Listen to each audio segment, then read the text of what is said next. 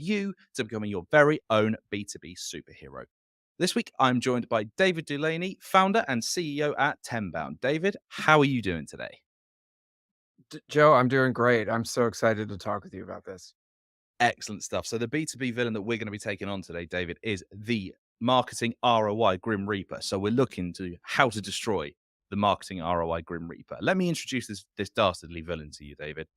The Reaper is a spectral presence that haunts marketing departments and boardrooms, casting a shadow over marketing campaigns and initiatives. Its power lies in its ability to obscure the true impact of marketing efforts, making it difficult for businesses to determine whether their marketing investments are yielding profitable results. But fear not, because our webinar is here to equip you with supercharged ROI tactics to ensure you don't feel the cold hand of the ROI Reaper. David, my first question to you here: what are the unexpected challenges or mini villains that B2B marketers should be wary of that can silently sabotage your ROI? Oh my gosh, where do we start? This has been an issue for so long, and people have been trying to solve marketing attribution for so many years, and we're still challenged with uh, really being able to point to ROI in our marketing team. Um, I think thing number one is starting with the initial reports that you have in place and understanding the different campaigns that you're running and how they're can be tied back to ROI. Even starting as small as just understanding how to attach a campaign to an opportunity and being Mm. able to follow it through from initial prospect all the way to close. A lot of companies don't even have that set up first. So Yeah. what exactly are the steps that you could take to ensure that that's a seamless or as comfortable a process as possible for the prospect? Yeah, I mean, well, looking at it from the point of view of the company, that's trying to measure ROI, I think and most of the companies that I work with and are in the tech space use Salesforce or Mhm. HubSpot. And so in Salesforce, if they're starting with the opportunity right at the beginning of the conversation that they're having with the prospect. They create an opportunity. It might be a $0 opportunity in the opportunity object, $0 opportunity. After, the first conversation or the first interaction that they have with the prospect, create a $0 opportunity and then be able to attach the campaign to that $0 opportunity that created it. And so the campaign is, created as a different object in Salesforce. And then once that campaign is attached, there's some attribution that you can see, moving all the way through the pipeline. Mm. And what most companies don't use I mean, not most companies, but a lot of companies, they don't use the campaign object, and it's not attached to the opportunity. So right there, they're losing that visibility into where the opportunity came from. 100%. So in terms of if you're thinking about the specific campaigns you want to be sending out to those target accounts, how do you make sure that those are aligned and that the campaigns are necessarily aimed for the right accounts? Does that make sense? Yeah, absolutely. Different companies do it differently, but if you're looking at things from an account-based perspective, and there especially if you're a bigger company and you're trying to market to certain accounts. So thing number one is identifying the right accounts, obviously, and making sure that those are tagged and marked, in the database. And then once you interact with them, then being able to, tag the account with the campaign that actually initiated the conversation. And so the next step would be, okay, we've identified the key accounts that we're going after, and here are the campaigns that we're going to be running. Let's make sure that those campaigns are documented in the campaign object And once we start to get some traction and we start to have conversations with people, that those specific campaigns are tagged, to the opportunities that are being created. Um, and so it's very well, okay, so if you're a small company and you're just starting this from scratch, then it's easier because you might have one marketer Mm. and one sales leader. So you sit down and say, "Okay, here are the 5 campaigns that we're gonna run over the next year. Let's make sure that we have those marked in Salesforce in the campaign object, and then we'll start to execute on those campaigns. And when we get something going, we're marking it. If you're a bigger company and there's tons of marketers and lots of people involved in everything, then it becomes more of an alignment exercise in making sure the campaigns that we're running against the accounts are documented, and we know that when an SDR or an AE creates an opportunity, we need to tag those opportunities with the campaigns that we're running. So, It's quite interesting that yeah. you're saying that if you're a smaller company, perhaps you're starting out or something. It's nice to Mhm. hear that there is something that is easier to do than when you have a big company. It's not often you hear that, so that's I suppose that's Oh, encouraging. I yeah. guess if you're just starting out. So Definitely. I mean, there's fewer people involved. You don't have a lot of legacy, baggage that you're bringing mm, forward. So that's the beauty of a startup. But yeah, once you start to get bigger, then the complexity of all this that we're talking about accelerates. yeah, absolutely, Mhm. absolutely. Then, so if we Mhm. were to take a cue from say Superman's X-ray vision on this one, David, Yeah. how can really deep data insights help marketers see through those challenges and optimize their ROI? Yeah, I mean, and it all starts with you want to be fishing in the right pond. And when I say that, it's you only have a finite number of resources and people and abilities, to throw at the problem. And so you don't want to be spending time in the wrong accounts, and marketing to the wrong accounts, especially if you're going after mid-market and enterprise accounts. You have to make sure that thing number one is you have a very clear target, account list and a very clear, target persona list of who at those accounts could potentially be involved in the, evaluation or decision making process of your product. So you start there. And so to your question, where does the data comes in is there's so many resources now for finding that ideal, uh, customer and the ideal persona, and then also, finding intent of when the somebody from that account or that particular person is actually looking into a solution, getting that data in and being able to use it to better target your marketing efforts. So that would be and again, if you're a small company starting out with this, then you have to just start with, "Here's our hypothesis of what we think are the best accounts and the best people that Yeah. would buy it."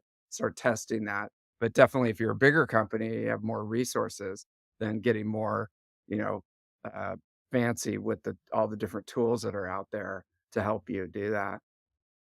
I imagine so. Basic, David. I'm going to segue into something that I'm asking everybody at the minute because obviously the Mm, conversation this year has all been around AI, and I'm mhm. asking pretty much every webinar guest that I get, what are the applications of AI in the particular topic of conversation that we're talking about? And when data comes up, that's generally where people offer up, oh, well, you can use AI tools to help you sort through all the X, Y, Z.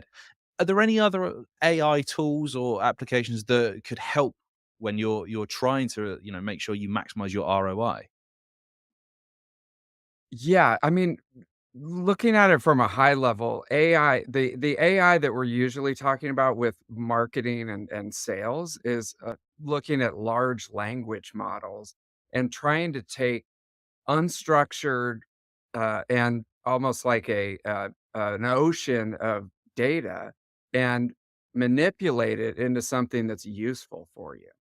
And so in that respect, if you think about how what a mess most databases are, and how most marketers and salespeople are spending most of their time flying blind as far as targeting and not who should we be reaching out to, and then at the next level is what should we say to them in Mm, order to spark up a conversation, and so if you not naming any particular vendors, but if you think about the application of AI toward the problem that we're trying to solve is tremendous. And we're starting to see companies come out that say, we can help you sort your database to make sure that you're prioritizing correctly. We can help you to find the right people at the right company, and then actually create messaging that's relevant to those people so that they'll actually reply to your email or mm. your phone call. So the potential is tremendous for these tools. That's but yeah, I was speaking to somebody about email marketing a little while ago, and they were saying that actually, as good as that could be for emails, that you can spot an AI written email, a badly written AI email from a mile off, though. So perhaps that's Mhm. a potential weakness for it. But Yeah. I want to talk a little bit about sort of ad strategy a bit, David. So are there any platforms or channels which are particularly notorious for diminishing your ROI if they're not used correctly at all? Oh my gosh. Well, yeah, I mean, any channel could diminish your ROI if it's not used correctly.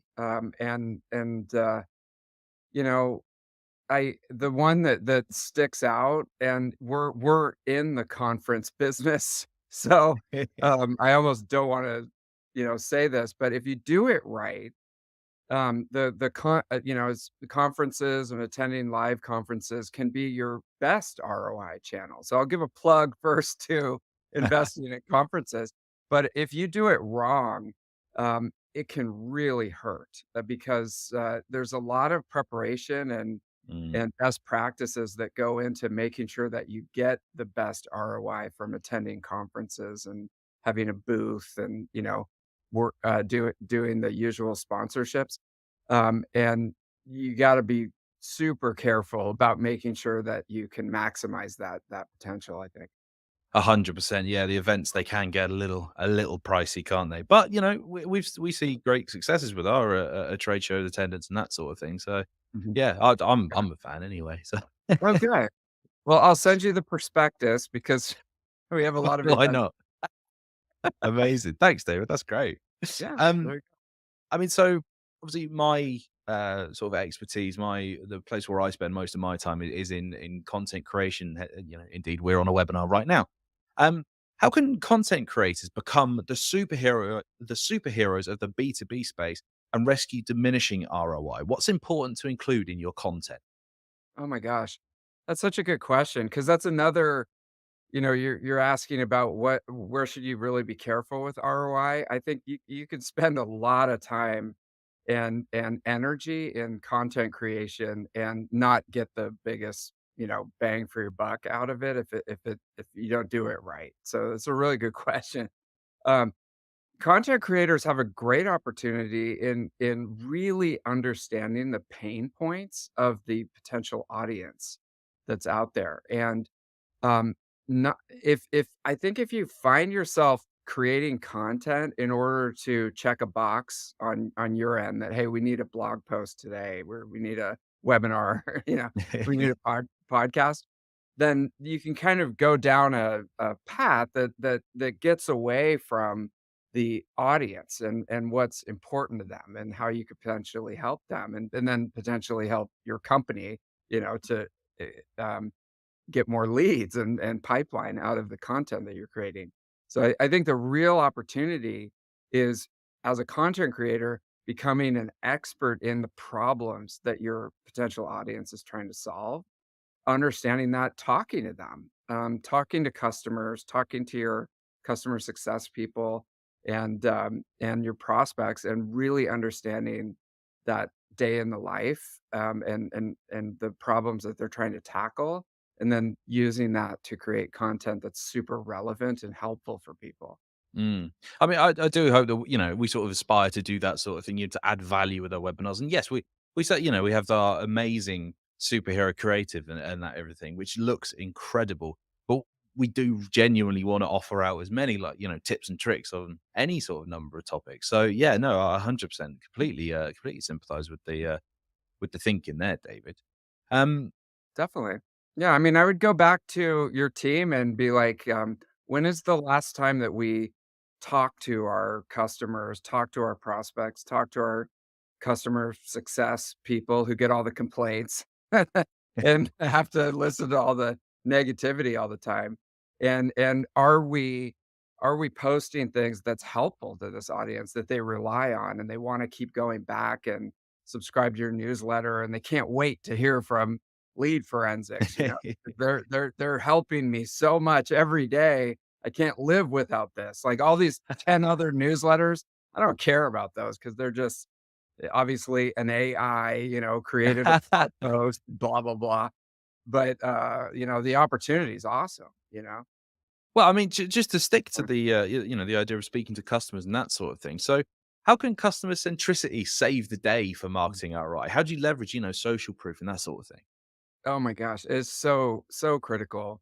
And if you've read like Robert Caldini's Influence, which is a classic in this topic, and I recommend everybody listening read this book. That social proof gives you the forward momentum in understanding. I think I'm making a good decision in talking to these people, and based on the logos that I see and the reviews and the you know, uh, positive feedback from people that look like me. I not necessarily the face, but they're in the same industry and they're in the same position and they got amazing results from working with this company. Oh my gosh, like this is a no-brainer. On the flip side, if there's no social proof and you're you look at it and you go, I don't see anything similar to what I'm trying to solve. I don't see any people that are kind of in my level and in my position. And there's no reviews and stuff. It's like, I mean, these days, I wouldn't go to a restaurant if I looked and there was no information, no reviews or stars or anything about it. And so making a major B2B software purchase, I mean, come on, you got to get with the program here. 100%. I mean, we previously have won quite a few sort of G2 awards and G2 badges, and it's always those moments where I'm most proud to like work for Lead Forensics is when I see we're number one for um visitor identification tools, number one in we're in the top 100 companies, top 100 B2B companies last year. That was an amazing achievement. I was hugely proud of that one. So I 100% agree, Dave. Big time. Um, One of the this is a consistent sticking point, or a super weakness, if you like, in the conversations I have on these webinars and podcasts and that sort of thing. It's forging that alliance between sales and marketing. So, how do you go about creating that team unity, sort of that team headspace to better safeguard your ROI? I mean, it's really hard. And I'm sorry to keep I'm a consultant, right? So I keep going back to it depends on the company. Um, but I'll just, generally, um, as a business owner, you would hope that everyone is rowing in the same direction and we're all trying to create pipeline and revenue so that we can hit our number and we can keep growing and everybody's happy. But really what happens in practice is, we fall into silos and heads down, and we're trying to hit the metrics that our boss, gives us to hit. And so a lot of times that's not aligned across marketing and SDR and sales and customer success. And so it becomes very disjointed. And in this case, I mean, you talk about ROI. If the marketing team is investing in this really fancy uh, event that's happening in London, and you got to fly everybody out, and it costs a fortune, but is not interacting with the SDRs and the sales team to coordinate who they're gonna talk to, what's the plan, what are we gonna do, et cetera, and then how are we gonna measure the ROI. You could see how, it could be a huge waste of time and money. Mm, The answer is it's just I wish that it was easy to say, but it comes down to project management across, silos that don't necessarily report to each other, and having somebody who can run a aligned go-to-market project across, various, silos and, be able to execute on that, and mm. it's really hard. Yeah, it's not I guess that's why it keeps coming back up, David, is because it's not easy. So, are Exactly. there sorry, say That's why again? we make the big bucks, right? Or That's it. maybe, I don't know. If you and I, David, if we can go and solve that one, we'll be millionaires next year. It'll be absolutely fine. Right? We'll be doing this webinar from the beach. Sipping on a cocktail. Absolutely love it. That'd be great. That'd be fantastic. David, I'm going to have to, unfortunately, I'm going to have to start to wrap up our conversation here. You have offered up so many great, valuable tips and insightful tricks to help our audience, maximize their ROI. I'm going to come to you in a second, David, for one final thought. But just before I do that, many superheroes have the power of invisibility. So, wouldn't it be great if you were able to reveal the invisible B2B visitors to your B2B website? Lead Forensics does just that. It's software which identifies visitors to your B2B website in real time, showing you their customer journey, what links they've clicked on, pages they've looked at, and as I say, all in real time. If you want to book an obligation free trial or sit a demo with us, then please let me know on the poll which is on screen just now. I'll leave this up until we come to the end of our conversation that we're having here with David. And if I could also ask you to click on the link for our webinar feedback survey too, I would love to know what you loved about this particular webinar. So, David, I'm coming back to you once more. You've provided us with loads of takeaways to help us avoid and destroy the marketing Grim ROI Reaper. But if I could just ask you for just one top tip, one absolute golden rule that you want everybody watching this to take away with them today, what is that most important tip? Yeah, I would say drop everything right now and, find some customers at your company and especially if they're dissatisfied customers who didn't get what they needed and set up a 30-minute, call, uh, buy them a cup of coffee and, you could send them a gift card and do it over Zoom and, ask them a lot of open-ended questions about what their challenges are, what are they working on, what are they trying to solve, and, do this, let's say, with 10 people, and see if you can start to pick up clues. This is a mind-blowing exercise because you might realize your marketing and your spend and what you've been doing has been going down this path over here, but actually what people care about and what they will interact with you and give you money for, is over here. And it costs you, you know, $100, and some time. So that's my challenge for you today. But yeah, it may cost you $100 and a few cups of coffee, but you'll get some valuable stuff back. They're called blind spots for a reason, aren't they? If you can't see them in your company, but your customers can, then absolutely, it's worth leveraging that, isn't it? So, David, thank you once again for sharing your B2B superpowers with us here today. Remember to keep an eye on Lead Forensic socials for news of our upcoming webinars, and we will see you again very, very soon. David, once again, thank you so much.